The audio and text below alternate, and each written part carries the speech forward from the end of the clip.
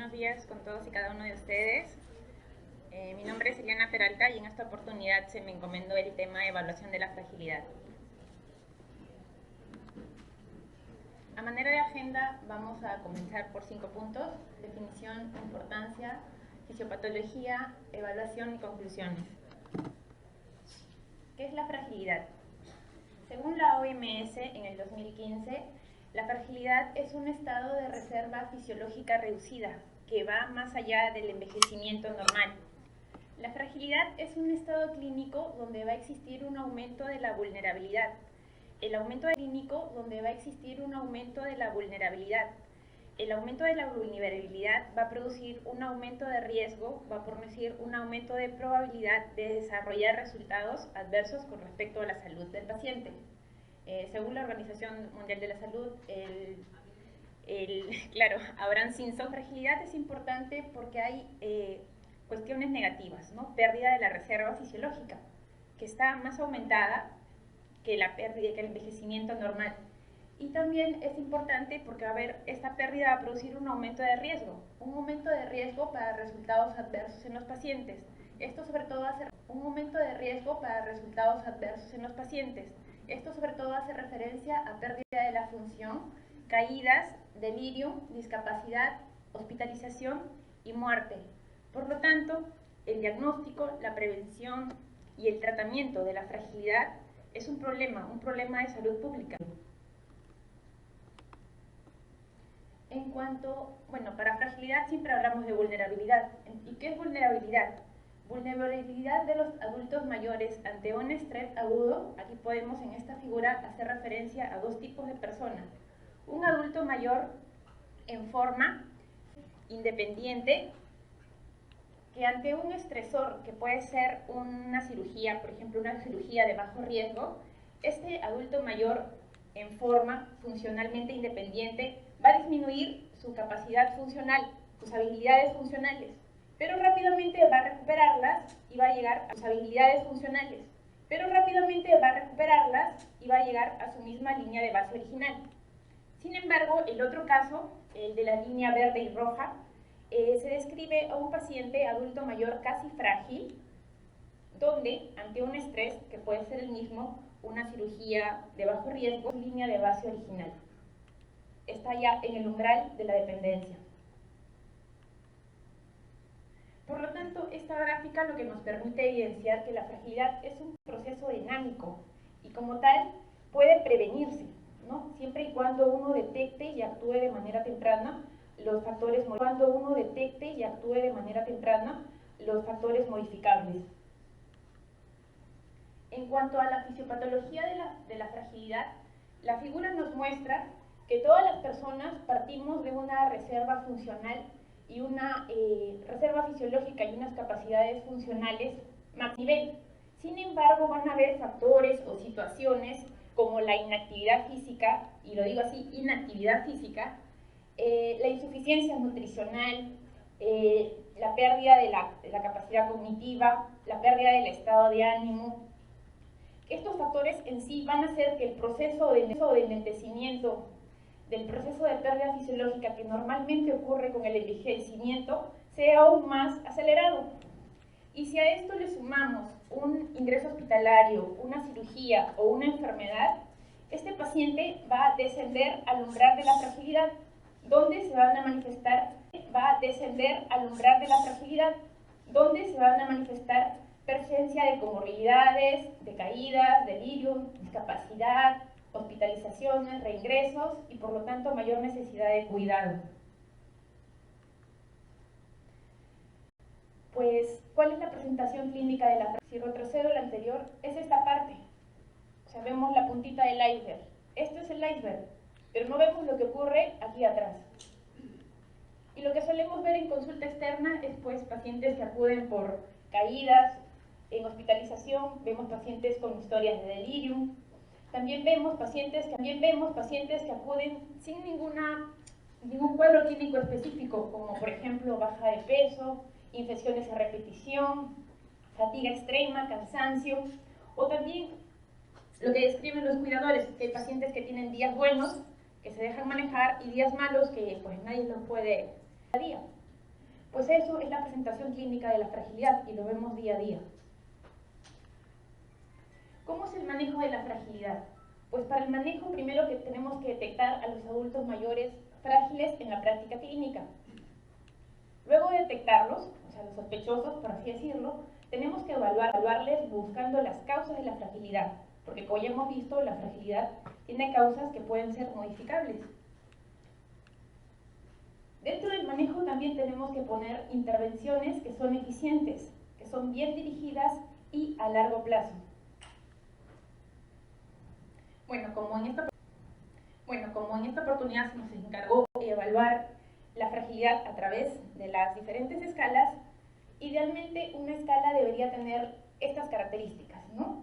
Ser sencilla y rápida de aplicación, ser reproducible en otros lugares, ser costo efectiva, dada y ser eficiente. La verdad, muy pocas escalas consiguen todo eso, consiguen algunas de las características. Sin embargo, con las escalas de fragilidad, con la elevación de la fragilidad, lo que se intenta es estimar la carencia de la reserva fisiológica de un individuo. ¿Cuáles son los indicadores? La fragilidad tiene muchos indicadores: el estado nutricional, la función física, la función cognitiva, el estado de ánimo, la actividad física, la movilidad, la energía, la psicología y también marcadores biológicos. Tradicionalmente los primeros estudios estaban en funcional y en función física. Actualmente los nuevos estudios están enfocando en actividad física. Detección de la fragilidad. En sí no hay un acuerdo sobre la mejor forma de operacionalizar el diagnóstico de la fragilidad. No se puede operacionalizar el diagnóstico de la fragilidad. No se puede decir que ninguna escala es mejor que la otra. Revisando un poco ya con referente a las escalas, en el año 2001, nuestra amiga Linda proponer la evidencia de un fenotipo de fragilidad. Ella hizo pues fragilidad en adultos mayores en base a un estudio previo, un estudio de salud cardiovascular. Y lo que se evidenció, que son esta línea final, que todos los pacientes frágiles tenían un alto riesgo de caídas, discapacidad, hospitalización y muerte. Con este grupo de pacientes, ella identificó y describió el fenotipo de la fragilidad en base a 3 o más de las siguientes características: pérdida de peso no intencionada, debilidad muscular, agotamiento autorreferido, lentitud muscular, agotamiento autorreferido, lentitud al caminar y baja actividad física. Esto por el 2001, que es lo que estamos comentando ahora, ¿no? Ya por el 2005 se describió también una medida clínica global, tanto de los pacientes saludables, o encontrar una fragilidad, pero de característica clínica. Y el objetivo era el mismo: si esta escala me ayudaba a predecir la muerte o a predecir la institucionalización. Este grupo de investigadores describió a 7 grupos de pacientes. Un paciente con nivel de salud muy adecuado. Describió a 7 grupos de pacientes. Un paciente con nivel de salud muy adecuado, bueno, con enfermedad comórbida tratada, aparentemente vulnerable, ligeramente frágil, moderadamente frágil y severamente frágil. ¿Y qué encontraron? Estos son los resultados de esta escala. Pues encontraron que esta escala se contrasta con los hallazgos descritos en otras escalas. Ya por el 2015 también se documentó el índice de fragilidad, la evaluación del índice de fragilidad basado en la valoración geriátrica integral en un estudio poblacional de pacientes adultos mayores canadienses, ¿Y qué se encontró? Que los sujetos que tenían más fragilidad eran los pacientes que tenían más edad, eran los pacientes que tenían menos grado de instrucción y los pacientes de sexo femenino. También que se encontró en este mismo estudio, que la fragilidad se asoció con mayor riesgo de muerte para cada incremento en la fragilidad. que también nació en Canadá. A mí me gusta mucho porque agrupa, es rápida de usar, la verdad, menos de 7 minutos. Coge varios dominios de fragilidad, cognitivo, el estado general del paciente, la independencia, la presencia de apoyo social, polifarmacia, nutrición, velocidad de marcha, continencia y estado anímico. Más adelante la vamos a describir, pero más o menos en la secuencia del tiempo. Esta apareció más o menos en el 2006. Ya por el 2009, pues ya todo el mundo empezaba a hablar de escalas, cada uno quería sacar una escala mejor que la otra, y es así. Tratan de comparar dos índices de fragilidad para predecir caídas, para predecir fracturas, mortalidad y discapacidad, pero en pacientes varones. Estas dos escalas hacen referencia una a un estudio de fractura de cadera, pero en pacientes solamente varones por osteoporosis. Y esta escala describe a solamente tres de estos 5 que tenía la otra escala con la cual va a comparar. 3 de los 5 variables: pérdida de peso, incapacidad para levantarse de una silla y poca energía. Ellos la denominan escala SOF y la comparan contra la conocida ya en el 2001, pérdida de peso no intencionada, fuerza de presión, pobre energía, lentitud y baja actividad física. La intención es, si esta escala nueva, que era más corta, más rápida de hacer, predecía también los resultados adversos. Bueno, este era un grupo de hombres mayores. ¿Y qué encontraron? Pues las dos gráficas se superponen. Vemos la línea punteada, que hace referencia a la escala SOF, con la escala más compleja. Le denominan a la SOF escala simple porque es de 3, la más compleja, por lo que tiene 5 variables, le denominan más compleja. Pero de caída, de discapacidad, de fractura no vertebral y de mortalidad, las gráficas se superponen. Por lo tanto, ellos concluyen que esta escala simple predice el riesgo de caída, discapacidad, fractura y mortalidad en los hombres, tal y como lo describía la escala compleja, que era la escala del 2001. En el año 2012, este es un estudio francés. El Estado francés, como parte de su política de gobierno, intenta tratar de prevenir la discapacidad en todos sus pacientes adultos mayores. Entonces, el Estado francés debe trabajar con la población de médicos generales y les propone realizar estas 6 preguntas. En realidad son 5 y una medida de marcha. En total son 6 variables. A todos los pacientes mayores de 65 años, pero con criterio de exclusión son aquellos que tienen alguna enfermedad aguda, o aquellos que tienen dependencia en más de 5 actividades básicas de la vida diaria. Entonces, el Estado le dice a los médicos generales: ustedes a los pacientes mayores de 65 años le aplican estas preguntas, le realizan el test de la marcha y se encuentran alterados, o la respuesta es sí a una de estas variables: independencia, pérdida de peso, fatiga, movilidad, memoria o disminución de la velocidad de la marcha. Si la respuesta es afirmativa, deberían referirlo a la clínica de fragilidad. Es así que desde el 2012 esta clínica de fragilidad allí ha estado recibiendo pacientes sobre este tema, sobre fragilidad, y ha tenido buenos resultados. Tal es así que la Unión Europea está incluyendo ya y validando este mismo test de screening simple para otros países, ¿no? Para Italia, Francia, España, Turquía, Suiza, Reino Unido, Finlandia, República Checa y Holanda. Bueno, estos siguen estudiando, esto ya es una clínica de fragilidad y este es el siguiente congreso que sigue en el próximo año.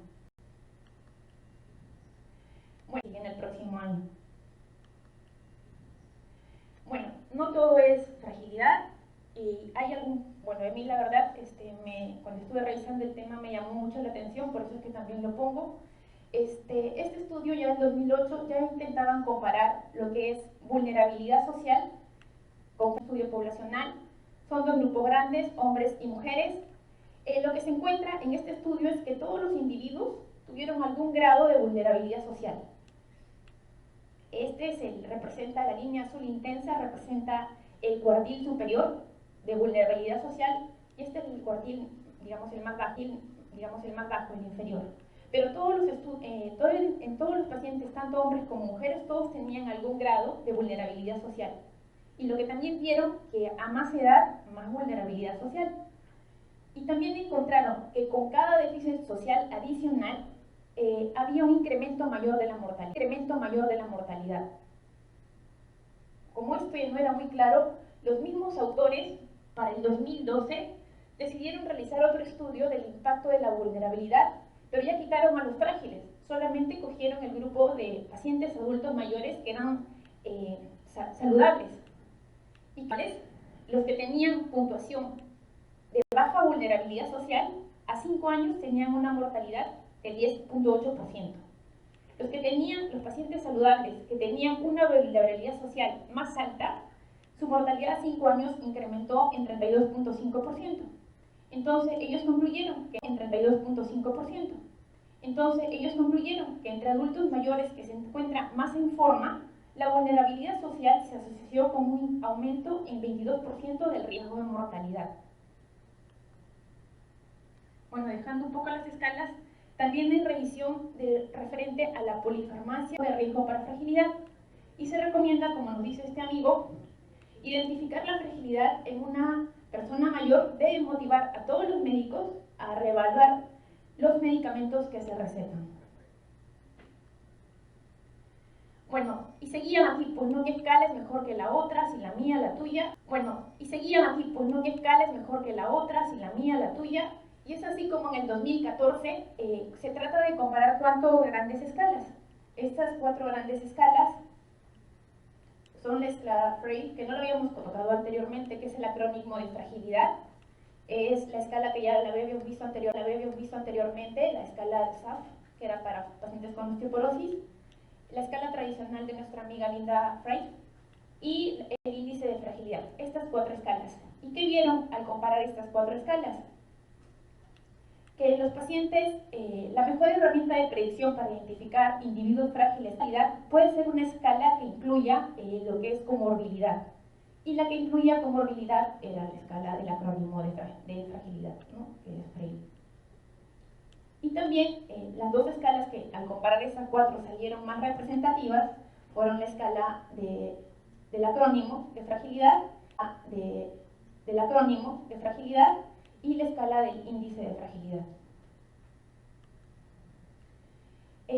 Como le había mencionado antes del Edmonton es una escala que coge muchos dominios y nuestros amigos los colombianos decidieron tratar de validarla en el país, en Colombia, la validez de los criterios de Edmonton, tomando como estándar los criterios de fragilidad de Frail.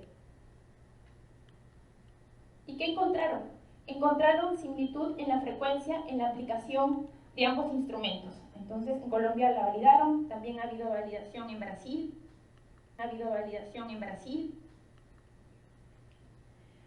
Y ya para el 2019, un artículo que me llamó la atención fue el tratar de estudiar lo que es fragilidad con salud oral y con nutrición. ¿Y qué se encontró aquí? Que los pacientes que tienen, que los pacientes malnutridos tienen pobre salud oral. Pero además, los malnutridos con pobre salud oral también son los pacientes más frágiles. Los más frágiles hacen referencia, según esta escala de Edmonton, el color verde, gris y el color naranja, ¿no? En esta zona. Por lo tanto, hay relación entre lo que es fragilidad, salud oral y...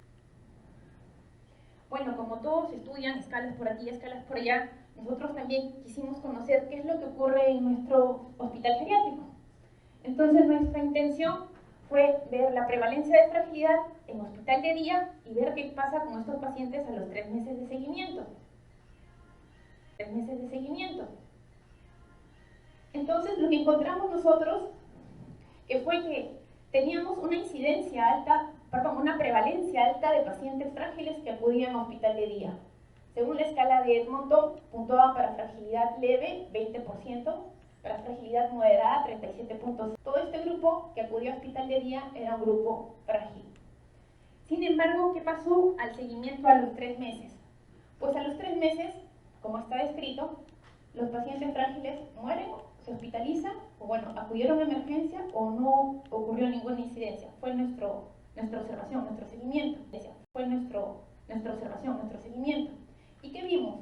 Que de todos los que murieron a los 3 meses de seguimiento, la mayoría era de fragilidad moderada o de puntuación fragilidad severa.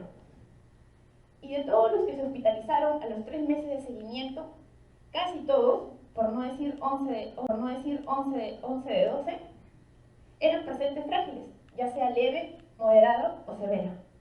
Entonces nosotros concluimos que la mayoría de los pacientes que acudían al hospital de día eran frágiles, que casi todos los pacientes hospitalizados a los 3 meses de seguimiento también eran frágiles, y todo lo que se esto ya estaba dicho, si no estábamos tratando de replicarlo en nuestra realidad.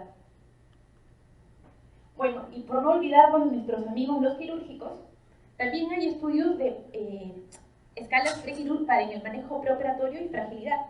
¿Y qué se ve en este grupo de pacientes, en el perioperatorio? Pues los que tienen perioperatorio, pues los que tienen mejores resultados son los pacientes no frágiles. ¿Qué significa? Los que tienen su funcionalidad no afectada, no hay síndromes geriátricos, su cognición es normal y su estado nutricional también. Sin embargo, hay peores resultados, aquel paciente frágil, deterioro cognitivo, presencia de síndromes geriátricos, muchos síndromes geriátricos, y que nutricionalmente se encuentran mal. Y como dice nuestro amiguito, él está sintiendo con la cabeza que sí, los frágiles van peor en el manejo en el perioperatorio. Entonces, ya sabemos lo que ocurre, una manera de prevenir la fragilidad. Uno solo no va a poder, va a tener que disgregar en dominios. Una manera de ordenarse pueden ser dominios de fragilidad en general, dominios cognitivos, evaluación del deterioro funcional, nutrición, cuidados, dependencia y actividad física. Como conclusión de esta revisión, se puede decir que no existe como tal una definición uniforme de fragilidad. La fragilidad se puede manifestar por un número reconocible y frecuente de patrones que vemos en el día a día. Se recomienda una evaluación de 20 minutos. Entonces, una evaluación integral en las personas mayores para aproximar el diagnóstico de la fragilidad de manera más integral. La fragilidad es un predictor de complicaciones, ya sea posoperatorias, de hospitalización y de muerte. La valoración rutinaria de la fragilidad puede ayudar a la selección de los pacientes con mayor riesgo de complicaciones y tratar de estar más pendiente de ellos. Necesidad, esto no lo vamos a poder hacer nosotros solos, necesitamos un equipo, un apoyo multidisciplinario y bueno, son necesarios sí estudios de validación en nuestra realidad, ¿no? Y para terminar, podría decir pues que los hábitos hablan por uno, ¿no? Son pacientes de la misma edad con diferente estilo de vida, y tanto en hombres como mujeres, ¿no? Y la actividad física no es propio de la edad, ¿no? Uno hace actividad física desde ya. Gracias.